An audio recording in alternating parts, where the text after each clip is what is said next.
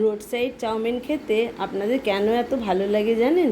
এইভাবে বানিয়ে দেখবেন, আশা করি আপনাদের খুব ভালো লাগবে।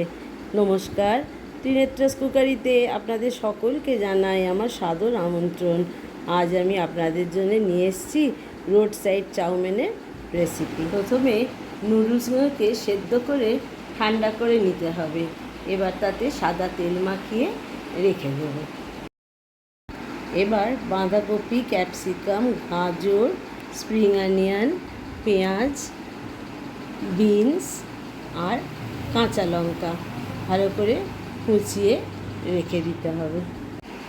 এই সময় একটা মশলা বানিয়ে নেব, যেটা এই রেসিপিটার আসল টেস্টটা আনবে। একটা টুকরো জয়িত্রী নিলাম, একটু লবঙ্গ দিলাম, দুটো শুকনো লঙ্কা নিলাম আর গোলমরিচের দানা নিলাম কটা, একটু দারচিনি নিলাম, ছোটো এলাচ নিলাম 2-4টে, দিয়ে ভালো করে নেড়ে নেবো একটুখানি নুন দিয়ে ঠান্ডা করে এটা গুঁড়িয়ে নেব।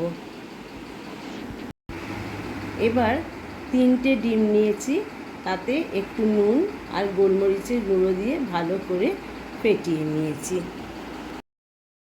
এবার কড়াতে সাদা তেল দিয়ে ডিমটা ঢেলে দিয়ে অমলেট ভেজে নিয়েছি। আপনাদের সকলকে অনুরোধ করছি স্কিপ না করে পুরো ভিডিওটি দেখবেন। অমলেটগুলো ছোট ছোট করে কেটে ভালো করে নেড়ে নামিয়ে নিলাম।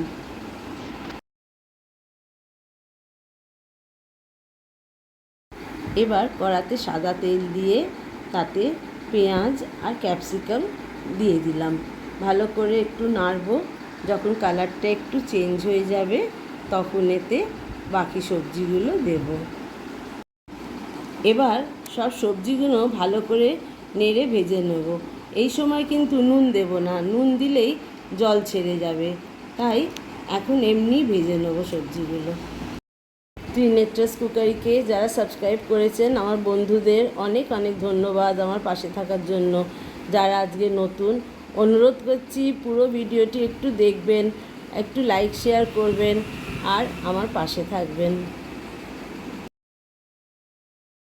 সবজিগুলো ভাজা হয়ে গেলে তাতে সেদ্ধ চাউমিনটা দিয়ে দেবো। ডার্ক সয়া সস দেব, ভিনিগার দেব, নুন দেব, গোলমরিচের গুঁড়ো দেব আর আজিনামোটো দেব। ভালো করে মিক্স করে নিতে হবে।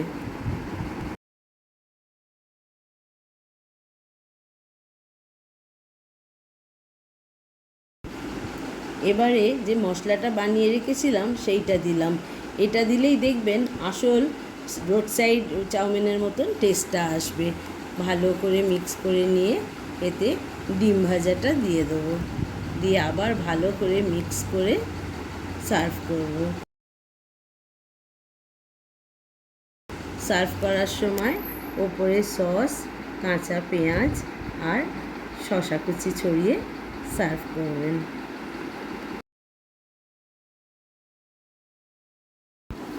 আমার রেসিপিটি কমপ্লিট হয়ে গেল। আপনাদের কেমন লাগলো একটু কমেন্ট সেকশানে লিখে জানাবেন। অনুরোধ করছি একটা লাইক দেবেন, একটু শেয়ার করবেন। এতক্ষণ আমার সঙ্গে থাকার জন্য অনেক অনেক ধন্যবাদ।